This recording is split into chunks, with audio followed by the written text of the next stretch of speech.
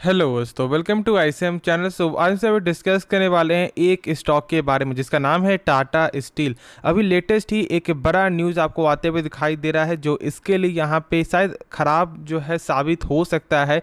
तो आपको इस वीडियो को अंत तक देखना यदि आपको यहाँ पे जानना है। साथ साथ बहुत से लोग यहाँ पे अभी भी डर रहे हैं कि टाटा स्टील एक अच्छी कंपनी नहीं है, पैसा यहाँ पे डूब जाएगा और यहाँ पे कब तक ये स्टॉक आगे बढ़ते हुए दिखाई देगा। तो हम लोग यहाँ पे आपका फंडामेंटल भी देखेंगे, टेक्निकल भी देखेंगे और साथ साथ यहाँ पे न्यूज़ को भी आपको कवर करेंगे। लेकिन पहले देखेंगे न्यूज़, उसके बाद ही हम लोग यहाँ पे आगे बढ़ेंगे। तो इस वीडियो को जरूर से अंत तक देखो, लेकिन उससे पहले आप इस चैनल को सब्सक्राइब कर सकते हो और इस वीडियो को लाइक करना यदि आपको ये वीडियो पसंद आए।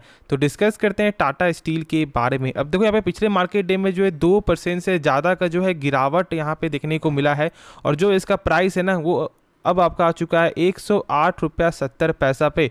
यानी कि कहीं ना कहीं स्टॉक आपको लगातार जो है कमज़ोर होते हुए ही दिखाई दे रहा है।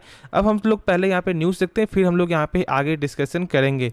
तो यदि आप टाटा स्टील को पहले से यहाँ पे होल्ड करके चलते हो तो आपको शायद इसके बारे में जो यूके का जो ऑपरेशन का जो भी नीड है वो आपको नॉलेज होगा इसके बारे में। अब क्या नीड है, देखो यहाँ पे टाटा स्टील जो है आपको यूके में क्या कर रहा है ना, 2 ब्लास्ट फर्नेस आपको जो है वहाँ पे बना रहा है। अब ये ब्लास्ट फर्नेस क्या होता है, देखो ब्लास्ट फर्नेस एक तरह का जो है आपको क्या करता है ना कि आयरन ओर को जो है यहाँ पे पिग आयरन पे प्रोड्यूस करता है, फिर उसके बाद वही जो है आपको स्टील बनाने पे मदद करता है। लेकिन अब इनको जो है कैश की ज़रूरत है, यानी कि इनको फंड की ज़रूरत है। लेकिन यहाँ पे यूके जो गवर्नमेंट है वो यहाँ पे कोई भी पैकेज का सहायता नहीं कर रहा है जो उनको नीड है टाटा स्टील को। तो इसी में जो है इनका यानी जो टाटा स्टील के जो सीईओ है उनका ऐसा मानना है कि यदि अगले 1 साल से लेकर 2 साल के बीच में यदि उनको यहाँ पे कोई सहायता नहीं मिलता है तो फिर जो है आपको यूके से बाहर जाना पड़ेगा टाटा स्टील को, क्योंकि उतना ज़्यादा भी इनके पास जो है पैसा नहीं है, एसेट नहीं है जो वहाँ पे वो रह सके और अपना काम को आगे बढ़ा सके। तो बस यही एक न्यूज़ आते हुए दिखाई दे रहा है। तो बहुत से लोग क्या बोलेंगे कि उतना बड़ा तो न्यूज़ नहीं, बड़ा न्यूज़ है, क्योंकि यहाँ पे जो है कंपनी के खुद ही सीईओ का यहाँ पे बयान आपको आ रहा है और ये कोई छोटी मोटी बात नहीं है मेरे हिसाब से। और जो मैंने यहाँ पे न्यूज़ बताया ना वो सिंपल में मैंने आपको बता दिया है, तो इसलिए बहुत लोग ऐसा लग रहा होगा कि इतने कोई बड़ा न्यूज़ नहीं है, लेकिन न्यूज़ तो बड़ा है। और यदि आप ऐसे जानोगे तो इसका डीप मीनिंग भी आपको निकलता है जो यहाँ पे शेयर होल्डर के लिए सही नहीं है। तो अब यहाँ पे जो है डाउट अब आपको ये आता है कि क्या यहाँ से स्टॉक और ज़्यादा नीचे गिरेगा, और यदि नीचे गिरता है तो कहाँ तक यहाँ पे आ सकता है। तो सबसे पहले मैं एक चीज़ बता दूँ, नीचे गिरेगा या फिर यहाँ से ऊपर जाएगा इसकी कोई मैं गारंटी यहाँ पे नहीं लेता, ठीक है। अब ये कोई भी जो फैसला हम लोग जो लेने के लिए यहाँ पे सक्षम ही नहीं है, क्योंकि मार्केट यहाँ पे किस तरह से इसे आपको न्यूज़ को लेता है वो कोई नहीं जानता है। लेकिन ऐसे तो यहाँ पे ये जो है बैड न्यूज़ है, तो कहीं ना कहीं यहाँ पे प्रेशर देखने को मिलेगा, लेकिन ज़्यादा यहाँ पे पैनिक नहीं होना है। टाटा स्टील का यदि आप यहाँ पे फंडामेंटल चेक करोगे तो आपको खुद ही समझ में आ जाएगा कि टाटा स्टील कैसी कंपनी है। उससे पहले मैं एक चीज़ आपको बता दूँ कि यहाँ पे जो है पेशेंस चाहिए, यदि पेशेंस नहीं है तो फिर आपका यहाँ पे बड़ा लॉस भी हो सकता है, क्योंकि एक ऐसा स्टॉक है जो आपको 5 साल का जो रिटर्न है वो 1 साल में भी आपको दे देगा, और शायद ऐसा हो सकता है कि आपका 1 साल का जो रिटर्न है वो 5 साल में भी ना मिले। ये दोनों चीज़ यहाँ पे पॉसिबिलिटी है और इसी चीज़ को मैं शुरू से आपको समझाता हूँ। प्लस यदि आप इसका यहाँ पे चार्ट चेक करोगे तो यहाँ पे अप्स एंड डाउन जो है ज़्यादा ही देखने को मिलता है। तो बस वही चीज़ है कि आप में पेशेंस चाहिए, पेशेंस नहीं रहेगा तो फिर आप क्या करोगे, एक अच्छे स्टॉक को यहाँ पे लॉस में बेच दोगे। तो बस यही सब यहाँ पे कुछ फैक्टर है। लेकिन अब हम लोग इसका चेक करते हैं कुछ फंडामेंटल जो कंपनी का बेहतरीन है, जो भी खराबी है वो हम लोग यहाँ पे सारा कुछ आप लोगों को बताएंगे। अंत तक देखो बहुत कुछ यहाँ पे सीखने को मिलेगा। पहले यहाँ पे देखो कंपनी का जो है इस बार का यहाँ पे सेल्स यानी कि Q4 का नंबर कैसा देखने को मिला है। तो देखो यहाँ पे क्वार्टर के हिसाब से क्या हुआ है, गेन देखने को मिला है। प्लस यहाँ पे देखोगे आपका ईयर के वाइज से तो यहाँ पे 69,000 करोड़ से घटकर आपको चुका 62,000 करोड़, यानी कि जो है ईयर पे सेल्स में कमी आते हुए दिखाई दिया है और क्वार्टर यहाँ पे सही है। फिर यहाँ पे देखोगे तो सेम जो यहाँ पे क्वार्टर में क्या है कि जहाँ पे लॉस कंपनी ने दिखाया था आपको इसके पिछले ठीक क्वार्टर में, वही अब यहाँ पे आपको प्रॉफिट जो है देखने को मिल रहा है, जिसके कारण कहीं ना कहीं जो सपोर्ट मिला था। लेकिन यदि आप यहाँ पे चेक करोगे ईयर के वाइज से तो देख रहे हो कि 9,835 करोड़ से घटकर आपका हो चुका है 1,566 करोड़। और इसलिए मैंने बताया कि ये एक ऐसा सेक्टर का स्टॉक ही है जो हमेशा यहाँ पे अप्स एंड डाउन चलता है। जो मैंने बताया कि 1 साल का जो रिटर्न है वो शायद 5 साल में भी ना मिले और 5 साल का जो रिटर्न है वो 1 साल में मिल जाए, दोनों चीज़ ये जो है पॉसिबिलिटी यहाँ पे रखता है। अब हम लोग इसका चेक करते हैं कुछ फंडामेंटल जो यहाँ पे कंपनी का जो क्या ख़राब है क्या बेहतरीन है, सारा कुछ हम लोग यहाँ पे डिस्कस करते हैं।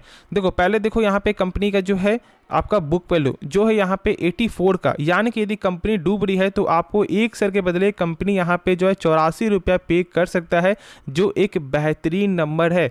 बहुत सारे कंपनी का जो बुक वैल्यू इससे भी खराब होता है। देखो चेक करने का क्या तरीका होता है, जो मार्केट जो प्राइस है उससे कम 10% से ऊपर होना चाहिए, और यहाँ पे चेक करोगे तो एक गजब का जो है कंपनी का बुक वैल्यू है। तो इसके लिए यहाँ पे आपको निश्चिंत जो है रहना है। फिर देखो कंपनी का जो यहाँ पे ROC, तो ROC क्या देखने को मिलता है, ऑलमोस्ट यहाँ पे जो है 12.9% का, यानी कि ROC जो है 12% के ऊपर है। जो मैंने शुरू से बताया हुआ है कि आपका ROC हो या फिर आपका ROE दोनों ही 12% के ऊपर होना चाहिए, लेकिन यहाँ पे सिर्फ जो है ROC जो है वो यहाँ पे सही देखने को मिलता है। अब ये देखो ROC होता क्या, रिटर्न ऑन कैपिटल एम्प्लॉयड। अब इसका मतलब है यदि कंपनी अपने पर 100 रुपया लगा रहा है एक साल में, तो वही 100 रुपया एक साल बाद क्या आपको बढ़ रहा है या फिर घट रहा है, तो यहाँ पे बढ़ते हुए दिखाई दे रहा है, जो ऑलमोस्ट आपका 13% का ग्रोथ है, और बहुत ज़्यादा यहाँ पे कम हो गया, क्योंकि यही पहले कंपनी का जो था ऑलमोस्ट 25% के ऊपर का जो ROC भी था और आपका ROE भी था, लेकिन इस साल जो यहाँ पे ज़्यादा ही कम आते हुए दिखाई दे रहा है। फिर देखो यहाँ पे जो है डेब्ट टू इक्विटी 0.82। अब देखो ऐसे जो यहाँ पे आपको नॉर्मली क्या होता है ना कि एक नंबर से कम 1% से कम होना चाहिए। अब बहुत से लोग क्या चेक करते हैं, चलो यहाँ पे 0.82% है, यानी कि यहाँ पे सही है इसका डेब्ट उतना ज़्यादा नहीं। अरे एक चीज़ और देखा जाता है जो है आपका इंटरेस्ट कवरेज रेशियो।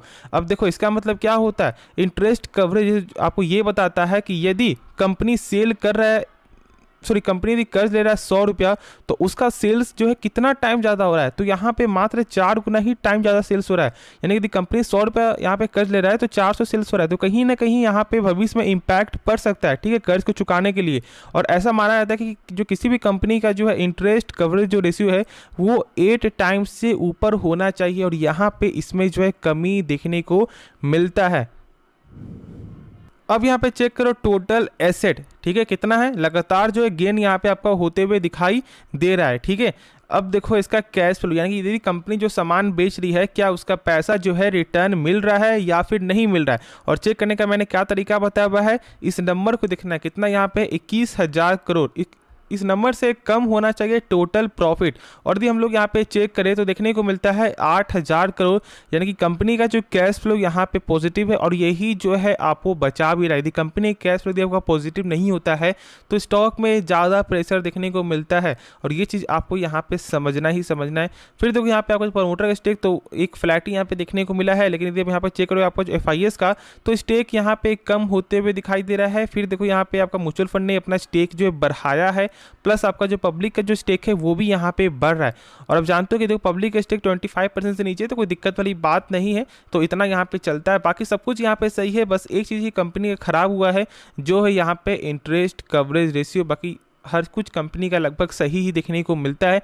बस ये चीज़ आपको समझना है, होल्ड करके चलना है, लेकिन इतना ही पैसा लगाना कि आप में पेशेंस होना चाहिए। ऐसा नहीं कि यहाँ पे पूरा पैसा आप लगा दो, ये गलती फिलहाल आप किसी भी मेटल सेक्टर के स्टॉक को में पैसा मत लगाना, वरना यहाँ पे रिस्क आप ही का ज़्यादा हो जाएगा, यानी कि पैसा यहाँ पे लंबे समय तक के लिए फंस सकता है। देखो डूबेगा तो नहीं, लेकिन फंस जाएगा बहुत ज़्यादा समय तक। तो इसे मैं नहीं अब चाहता कि आपका पैसा झूठ मूठ कर यहाँ पे फंसा रहे डीमैट अकाउंट में या फिर इस कंपनी में, तो ये सब काम मत करना है। आराम से यहाँ पे जो है 10% करके स्टॉक को पैसा लगाओ, वरना अभी थोड़ा यहाँ पे वेट भी कर सकते हो। कल का यहाँ पे कैसा जो अपडेट होता है उसके बाद ही कोई डिसीजन लेना फॉर द शॉर्ट टर्म के लिए। अब देखो इसका जो टेक्निकल वाइज है ना, वो मैं आपको बता दूँ, जब तक इसका लेवल 113 के ऊपर नहीं जाता है तब तक शॉर्ट टर्म के लिए पैसा नहीं लगाना चाहिए, क्योंकि अभी टेक्निकल बहुत ज़्यादा यहाँ पे कमज़ोर है। ये चीज़ को आपको यहाँ पे ध्यान रखना है, और 113 के ऊपर बाई करो, लेकिन स्टॉप लॉस को जरूर यहाँ पे आपको मेंटेन करना है। तो होप ये वीडियो पसंद आया होगा। बाकी इस वीडियो में यदि आपको कुछ भी सीखने को मिला, जरूर से इस चैनल को आप सब्सक्राइब कर सकते हो, और इस वीडियो को लाइक करना यदि आपको ये वीडियो पसंद आए। तो मिलते हैं नेक्स्ट वीडियो में, तो तब तक के लिए धन्यवाद।